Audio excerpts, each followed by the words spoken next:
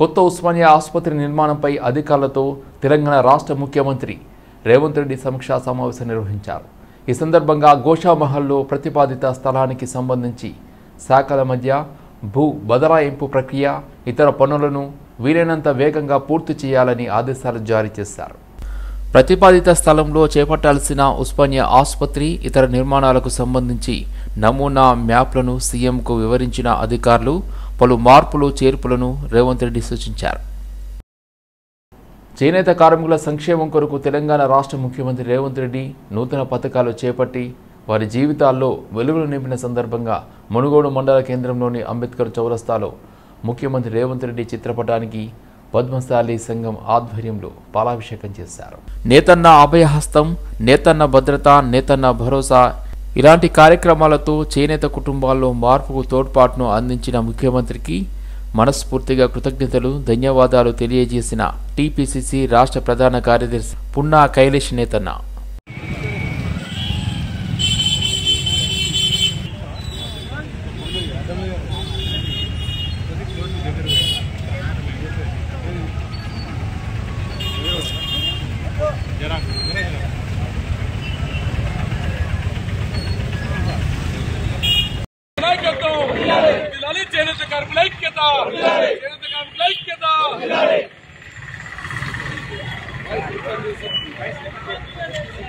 సిద్దిపేట జిల్లాలోని కొండపోచమ్మ సాగర్లో పడి 5 యువకులు గల్లంతయ్యారు.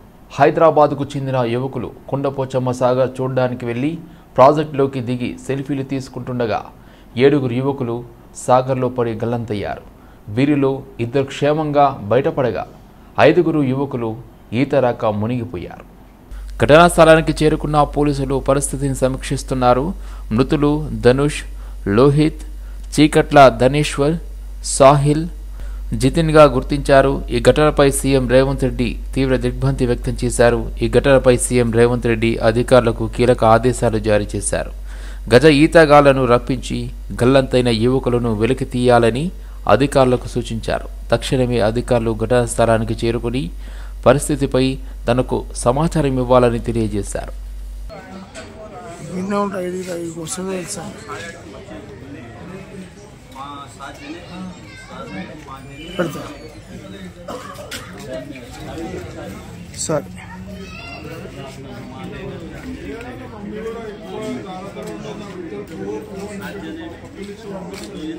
ఇక వివరాలకు వెళ్తే సంగారెడ్డి జిల్లా అమీన్పూర్ మున్సిపల్ పరిధిలోని వివిధ కాలనీలలో కోటి రూపాయల విలువైన అభివృద్ధి పనులకు శంకుస్థాపన, ప్రారంభోత్సవాలు చేశారు. పటాన్చెరు శాసనసభ్యులు గూడె మహిపాల్ రెడ్డి శరవేగంగా అభివృద్ధి చెందుతున్న అమీన్పూర్ మున్సిపల్ పరిధిలో మౌలిక వసతుల కల్పనకు పెద్దపీట వేస్తున్నామని తెలిపారు. 8 లక్షల రూపాయల నిధులతో 2 అంగన్వాడీ కేంద్రాలను రెనోవేట్ చేసిన కోకోకోలా సంస్థను అభినందించారు.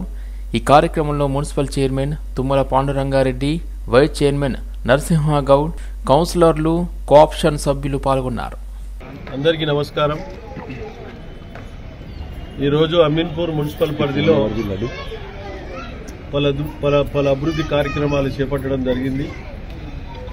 కమ్యూనిటీ హాల్స్, మహిళా భవనాలు, అంగన్వాడీ బిల్డింగ్స్, ఈరోజు జవహర్ నగర్, అలాగే బందం కొమ్ము, భవానీపూర్, అమీన్పూర్లో ఇవన్నీ ఇనాగ్రేషన్ చేయడం జరిగింది. కోకోకోలా వారి సహాయ సహకారాలతో సిఎస్ఆర్ ఫండ్ ద్వారా ఇక్కడ అంగన్వాడీ బిల్డింగ్ 8 లక్షలు, మొత్తము ఇంచుమించు ₹1 కోట్లతోటి రోజు పలు అభివృద్ధి కార్యక్రమాలు చేపట్టి కంప్లీట్ చేసుకోవడం జరుగుతూ ఉన్నది. ఇది పూర్తిగా ఈ ప్రాంత ప్రజల కోసం, ప్రాంత అవసరాల కోసం దీన్ని పూర్తిగా ఎక్కడికక్కడ ఎప్పటికప్పుడు సమస్యలని సేకరించి సమస్యలను పరిష్కరించే మార్గంలో ముందుకెళ్తా ఉన్నాం. స్థానిక మున్సిపల్ చైర్మన్ పాండురంగారెడ్డి గారు, వైస్ చైర్మన్ నరసింహగౌడ్ గారు, స్థానిక కౌన్సిలర్లు అందరూ కలిసి ఈ ప్రాంత అభివృద్ధిలో భాగస్వాములు అవుతా ఉన్నారు. అధికార యంత్రాంగం గిట పత్రికా సోదరులకు ధన్యవాదాలు తెలియజేస్తూ, రాబో కాలంలో తప్పకుండా ఇంకా చాలా సమస్యలు ఉన్నాయి. ఇంకా విస్తరిస్తూ ఉన్నది అమీన్పూర్ మున్సిపాలిటీ.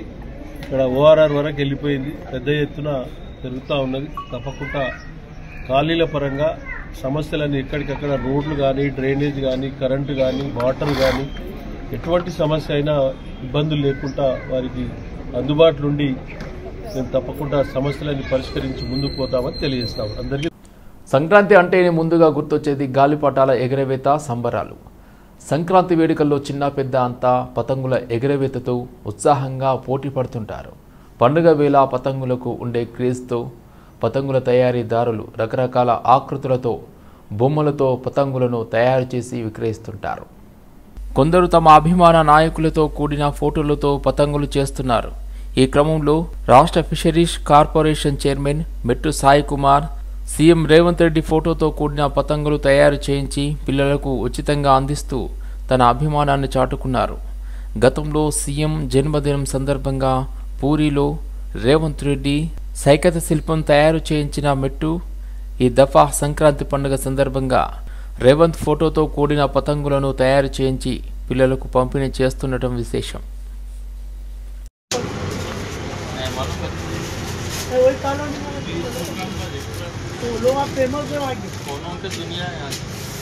अपने जैसा नहीं है ग्राउंडों में उठ में जाके बैठना था वो टाइम अलग था. बाबू तो जरा पैसे देना है सिकंदराबाद में मालूम नहीं होगा वो एड्रेस में मालूम होगा आना ही नहीं बोले तो कहाँ है बोला मालूम नहीं जो अंदर का होगा उसके वहीं दे रहे हुए बोला ना तो आते बोले तो क्या बोला यहाँ मिलता हूँ बोला वहीं दे रहे ना तो नहीं मालूम नहीं यहाँ मिलेगा वहाँ नहीं बैठेगा यहाँ बैठेगा बोल वाला पीछे पलट के देख रहे माँ केरल का मिले तेरी माँ. సరదాగా ఈత కొడుతూ 5 యువకులు కొండపోచమ్మ సాగర్లో మునిగి మృతి చెందారు. ఈ విషాద ఘటన ప్రాంతంలో చోటు చేసుకుంది. ఈ ప్రమాదంలో మరో 2 యువకులను స్థానికులు కాపాడగా 5 గల్లంతయ్యారు. ఈ ఘటనపై స్థానిక ఎమ్మెల్యే మాజీ మంత్రి హరీష్ రావు వెంటనే స్పందించారు. కొండపోచమ్మ సాగర్లో హైదరాబాద్కు చెందిన 5 యువకులు గల్లంతై మృతి చెందడం బాధాకరమన్నారు. ఎంతో భవిష్యత్తు ఉన్న యువకులు అకాల మరణం చెందడం నా మనస్సును కలిచివేసింది. మృతుల కుటుంబాలకు తన ప్రగాఢ సానుభూతిని సంతాపాన్ని తెలియజేశారు. రైతు భరోసా సహాయంలో కోతలు పెట్టేందుకు సీఎం రేవంత్ రెడ్డి ప్రభుత్వం పంట సాగు భూములకే సహాయం అంటూ షరతులు పెడుతుందని వ్యవసాయ శాఖ మాజీ మంత్రి సింగిరెడ్డి నిరంజన్ రెడ్డి అన్నారు. రైతులు పండుగ సంతోషంగా చేసుకోలేని దుస్థితి ప్రభుత్వం కల్పించిందన్నారు. రైతులకు ఇచ్చిన హామీలపై కాంగ్రెస్ ప్రభుత్వం యూటర్న్ తీసుకుందని, ఎన్నికల్లో రైతు భరోసాను ఎకరాకు 15,000 నుండి 12,000కు తగ్గించిందన్నారు. ఆనాడు అధికారంలోకి రావడం కోసం అలవిగాని హామీలతో ఓట్ల కోసం ప్రజలను పెద్ద ఎత్తున కాకాబట్టింది కాంగ్రెస్ పార్టీ. ఇవాళ ప్రభుత్వంలోకి వచ్చిన తర్వాత ఇచ్చిన హామీలను మర్చి ఇప్పుడేమో ధోకాకు పాల్పడుతున్నది. అప్పుడు కాకా ఇప్పుడు ధోకా. ఇది కాంగ్రెస్ నీతి. మొత్తానికి మొత్తం రాష్ట్ర ప్రభుత్వం యూటర్న్ తీసుకున్నది.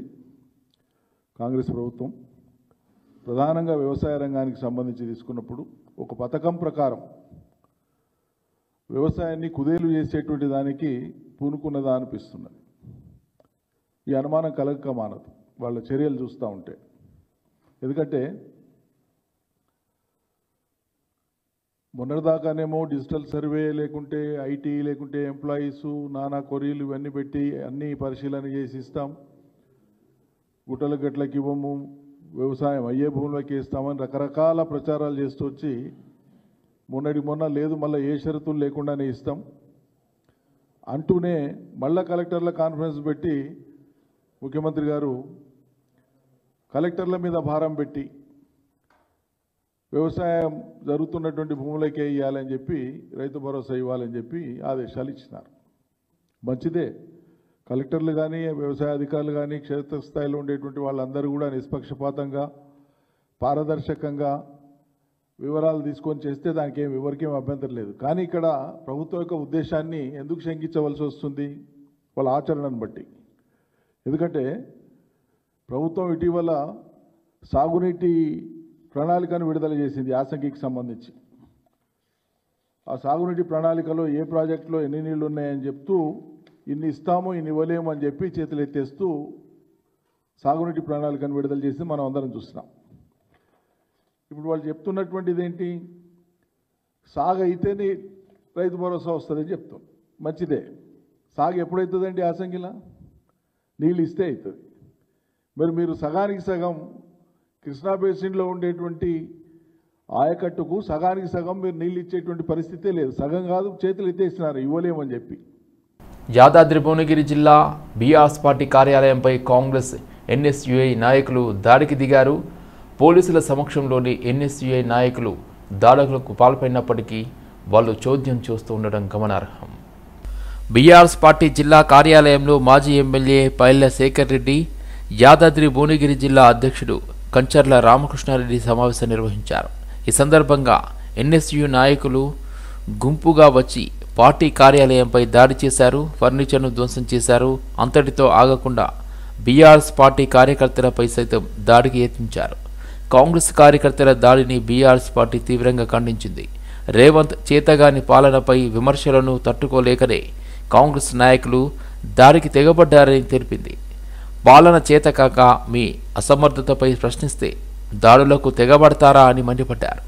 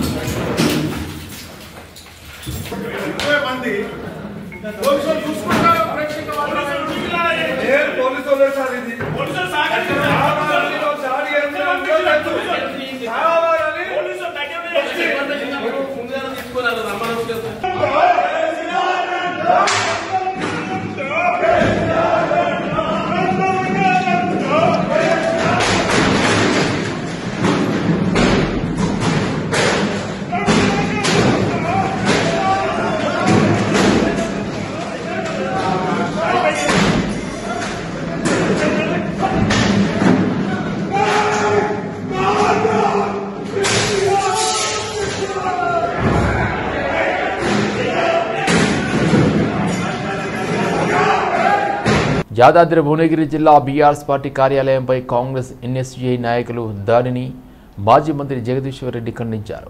ఇలాంటి దాడులను సహించేది లేదన్నారు. తామే తలుచుకుంటే కాంగ్రెస్ పార్టీ నామరూపాలు లేకుండా పోతుందని, కానీ అది తమ విధానం కాదన్నారు.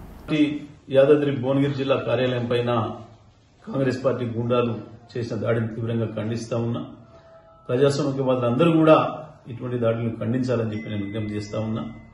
స్వయంగా పోలీసులే వెంట పెట్టుకుని వచ్చి ఈ దాడి చేయడాన్ని చూస్తే ఈ రాష్ట్రంలో పోలీసులు కాంగ్రెస్ పార్టీ కార్యకర్తలు కలిసి పనిచేస్తున్నారు, కలిసి దాడులు చేస్తున్నారు ప్రతిపక్షాల మీద అని చెప్పి చెప్పడానికి ఇది ఒక పెద్ద ఉదాహరణ.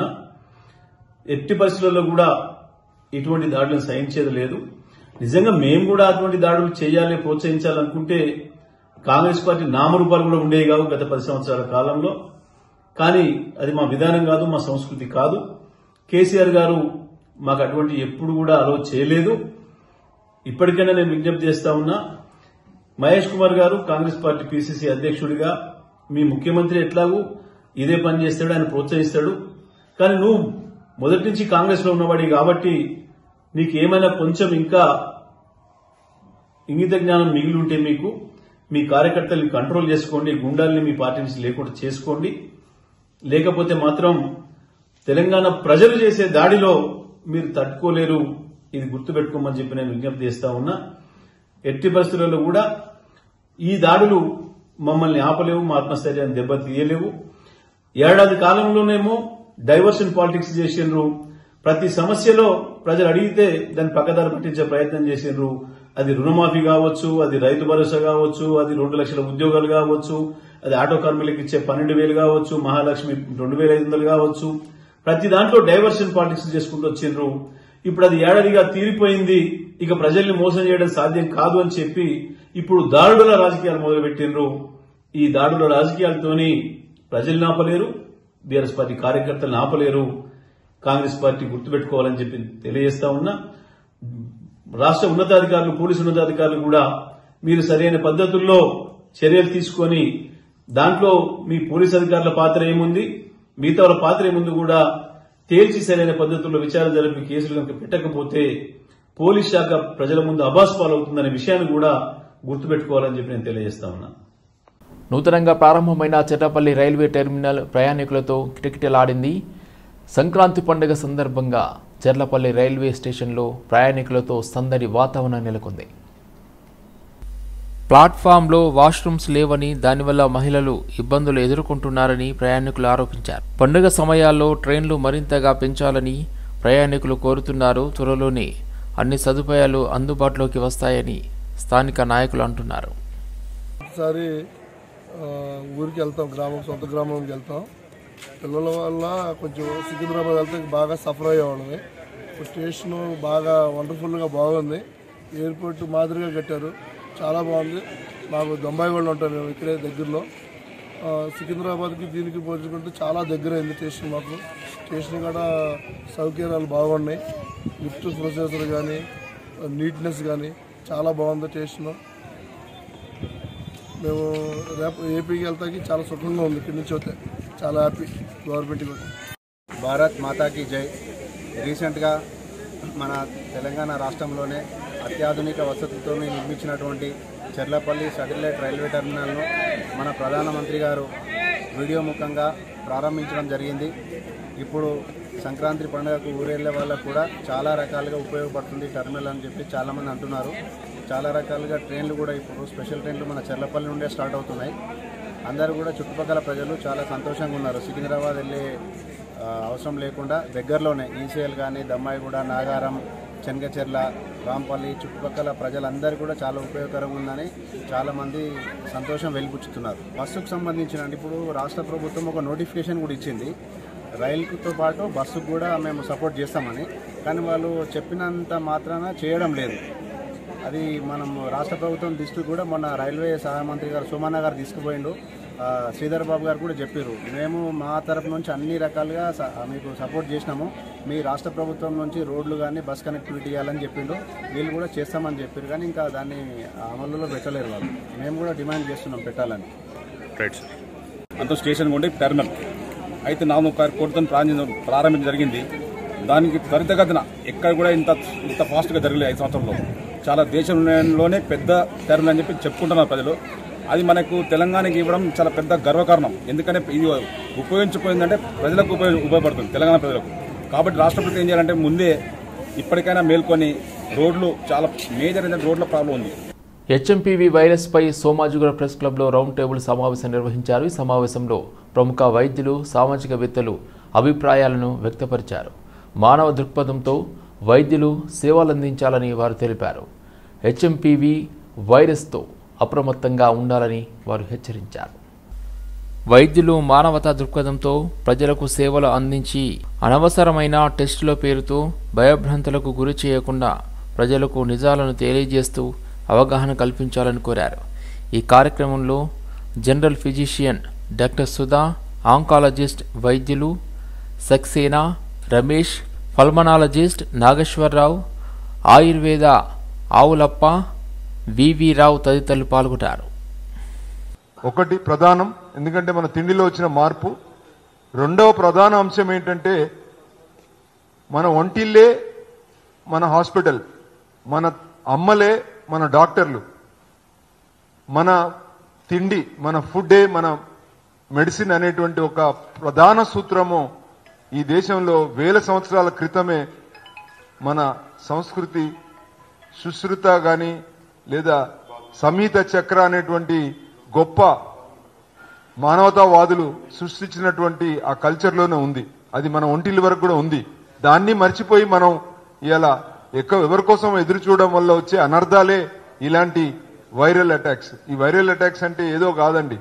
మీకు ఈ సోషల్ మీడియా వచ్చిన తర్వాత ఒక అన్మేనేజబుల్ మీడియా వల్ల ఎవరు పడితే వాళ్ళు దీన్ని ఎక్స్ప్లాయిట్ చేయడానికి జరుగుతున్నటువంటి ఒక కార్యక్రమంలో భాగంగానే ఈరోజు మరొకసారి ఈ పానిక్ క్రియేట్ కావడం. ఎప్పుడెప్పుడు ప్రజల బలహీనతల మీద చాలా సంస్థలు ఈరోజు ప్రపంచవ్యాప్తంగా బిజినెస్ నడుపుతూ ఉన్నాయి. మార్పుల వల్ల వాటికి ఎఫెక్ట్ అయ్యి వాటికి మార్పులు వచ్చినాయి. ఆ మార్పులు మన మీదకి వచ్చినప్పుడు ఏమైంది, మనము ముందు మనిషి కంటే గొప్ప ఇంకేమి లేదులే అని ఒక అహంభావంతో కూర్చొని ఆ తర్వాత అవి చేసిన పనులకి మళ్ళీ దీన్ని ఎట్లా దారులు వెతుక్కోవాలా, ఎట్లా తప్పించుకోవాలా, మనకుంది చూసారా, ఏమైనా సరే ఇది నా వల్ల కాదు వాళ్ళ వల్ల, అలాగా వాటిపైన వేసి మనం లేనిపోయింది తెచ్చుకున్నాం. అట్లానే ఇప్పుడు వస్తున్న హెచ్ఎంపీవి ఇది కూడాను ఇవాళ వచ్చింది కాదు, ఇంకా చెప్పాలనుకుంటే ప్రముఖ స్వాతంత్ర సమరయోధుడు వడ్డే ఓబన్న 218వ జయంతిని పురస్కరించుకుని పటాన్చెరు నియోజకవర్గం రామచంద్రపురంలో ఆయన విగ్రహావిష్కరణ కార్యక్రమం ఘనంగా జరిగింది. ఈ కార్యక్రమానికి ముఖ్య అతిథిగా MBC corporation chairman Jaripeti Jaipal హాజరై విగ్రహ ఆవిష్కరణ చేశారు. ముఖ్యమంత్రి రేవంత్ రెడ్డి సారథ్యంలో వడ్డేర జాతికి గర్వకారణమైన వడ్డే ఓబన్న జయంతిని అధికారికంగా రాష్ట్ర వ్యాప్తంగా నిర్వహిస్తున్నామని, దాదాపు 5 నుంచి 6,000 మందితో రవీంద్ర భారతిలో భారీ కార్యక్రమం నిర్వహిస్తున్నామని, ముఖ్య అతిథులుగా ప్రభుత్వ పెద్దలు అందరూ హాజరవుతున్నారని అన్నారు. రామచంద్రపురంలో వడ్డేర కుల సంక్షేమ సంఘం సంగారెడ్డి జిల్లా అధ్యక్షుడు వరికుప్పల లింగయ్య ఆధ్వర్యంలో భారీ విగ్రహావిష్కరణ చేయడం చాలా ఆనందంగా ఉందని, ప్రతి సంవత్సరం కూడా ఇదే విధంగా రాష్ట్ర వ్యాప్తంగా వడ్డే ఓబన్న జయంతి ఉత్సవాలను ఘనంగా నిర్వహిస్తామని ఆయన అన్నారు. ఈ కార్యక్రమానికి వడ్డేర కుల సంక్షేమ సంఘం నాయకులు భారీగా హాజరయ్యారు. మా వడ్డేరులను గుర్తించి ఈనాడు ఉన్న గవర్నమెంట్ రేవంత్ రెడ్డి గారి నాయకత్వం, రేవంత్ రెడ్డి గారి ఆశీస్సులతోటి ముఖ్యమంత్రి అయిన రేవంత్ రెడ్డి గారు మరి వడ్డేరులను గుర్తించి వడ్డేర మరి ఏదైతే స్వతంత్ర సమయోగులుగా మరి ఆయన ఆనాడు ఏ రకంగా అయితే అందరి మాదిరిగా ఆయన కూడా స్వతంత్ర సమయోగిగా పోరాటం చేసిన సంగతి గుర్తించి మరి కాంగ్రెస్ పార్టీ మరి దేశంలో మరి అన్ని స్వతంత్ర సమయోగుల గురించి అన్ని విగ్రహాలు పెడుతున్నప్పటికీ మరి మా రేవంత్ రెడ్డి గారు మరి మా వడ్డేర కులాన్ని గుర్తించి మరి మీరు జయంతులు కానీ వర్ధంతులు కానీ మీ కులాన్ని కూడా మీరు చేసుకోవాలని చెప్పేసి మాకు గవర్నమెంట్ ద్వారా మాకు ఆదేశాలు ఇచ్చేప్పటికే ఈరోజు రామచంద్రపురంలో మరి ఇంత పెద్ద ఎత్తున లింగన్న గారు వారి కుటుంబ సభ్యులు కానీ మా వడ్డేర కులం సోదరులందరూ పేరు పేరున నమస్కారాలు తెలుపుకుంటూ అందరూ కూడా ఐక్యతతోటి ఈ రోజు మొత్తం రాష్ట్ర వ్యాప్తంగా కూడా మరి ఓబన్న గారి జయంతులు కూడా పెద్ద సంఖ్యలో జయంతులు జరుపుకుంటున్న సంగతి కూడా మనం అందరం ఒకసారి గమనించుకోవాలి. మీడియా సోదరులకు కానీ పత్రిక విలేకరులకు కానీ మరి ముఖ్యంగా మరి మా కులం గురించి కూడా మీరు మీడియా ద్వారా కానీ పత్రిక ద్వారా కానీ మీరు బాగా హైలైట్ చేయాలని చెప్పేసి కూడా మనస్ఫూర్తిగా నేను కోరుకుంటూ మరి ఈరోజు రవీంద్ర భారతిలో మరి 5-6 వేల మందితోటి ఈరోజు మరి మంత్రులు మరి ఎమ్మెల్యేలు మరి చాలా మంది ఐఏఎస్ ఆఫీసర్లు చాలా మరి ఏదైతే ఈరోజు గవర్నమెంట్ వారే దీన్ని ఖర్చులు కానీ ఏదైనా సరే అఫీషియల్ గా ప్రోగ్రాం చేసి మీ వడ్డేరులు మరి పెద్ద ఎత్తున ఈ కార్యక్రమాలు చేసుకోవాలని చెప్పేసి మాకు ఆదేశాలు ఇచ్చినందుకు మరి రేవంత్ రెడ్డి గారికి వారి మంత్రి వర్గ సహాయకులు అందరూ కూడా ధన్యవాదాలు తెలుపుకుంటూ ఈ నెల 5న హఫీజ్పేట్ రైల్వే స్టేషన్ వద్ద జరిగిన వ్యక్తి హత్య కేసును మియాపూర్ పోలీసులు ఛేదించారు. ఈ నెల 5న ఉదయం రైల్వే స్టేషన్ దగ్గర వ్యక్తి చనిపోయినట్లు సమాచారం వచ్చిందని మియాపూర్ ఏసీపీ నరసింహారావు తెలిపారు. తలకు తీవ్రమైన గాయంతో పడిపోయి అప్పటికే మృతి చెంది ఉన్నాడన్నారు. 3 నిందితులను అరెస్ట్ చేశామని ఆయన వెల్లడించారు. చనిపోయిన వ్యక్తి కేశవ్ బంగా మహారాష్ట్రకు చెందిన వ్యక్తిగా గుర్తించారు. లేబర్ పని కోసం అటెండ్ అవుతుంటారు. ఆ విధంగా వీళ్ళకి 3వ తారీఖు పరిచయం అయింది. 3వ తారీఖు పరిచయం అయిన తర్వాత ఆ రోజు ఎవరికి పని లేకపోవడంతో సాయంత్రం వీళ్ళందరూ ఒక దగ్గర కలుసుకొని ఈ ఎవరైతే చనిపోయిన అతను ఉన్నాడో అతనికి హ్యాబిచువల్ అంటే ఆల్కహాల్ తీసుకునే అలవాటు ఉంది. ఆ విధంగా ఈ A1 A2 వీళ్ళిద్దరూ కూడా ప్రపోజ్ చేశారు, ఏది ఆల్కహాల్ తీసుకుందామని చెప్పి. వాళ్ళ దగ్గర డబ్బులు లేవు, డిసీజ్డ్ దగ్గర ప్లాన్ చేద్దామని చెప్పి డిసీజ్డ్ని అడిగితే డిసీజ్డ్ దగ్గర కూడా అమౌంట్ లేకపోవడంతో వాళ్ళు నీ ఫోను అక్కడ ఎక్కడన్నా మార్ట్గేజ్ తాకట్టు పెట్టి అమౌంట్ తీసుకుందాం, రేపు నీకు ఫోన్ ఇప్పిస్తామని చెప్పి అతను ఫోన్ తీసుకొని ఒక దగ్గర తాకట్టు పెట్టి ఆ డబ్బులతోటి ఆ రాత్రిపూట 3వ తారీఖు నైట్ తాగటం జరిగింది. దాని తర్వాత మళ్ళీ 4వ తారీఖు వీళ్ళు లేబర్ అడ్డాకి పోయారు. అక్కడ అందరూ ఎవరి పని వాళ్ళు పోయిన తర్వాత మళ్ళీ ఈవినింగ్ అవర్స్లో ఈ A1 A2 అంటే సుమిత్ ఈ మదానికర్ వీళ్ళిద్దరు కూడా ఈ పార్కింగ్ ఏరియాలో తాక్కుంటూ ఉన్నారు. అదే టైంలో ఈ చనిపోయిన వ్యక్తి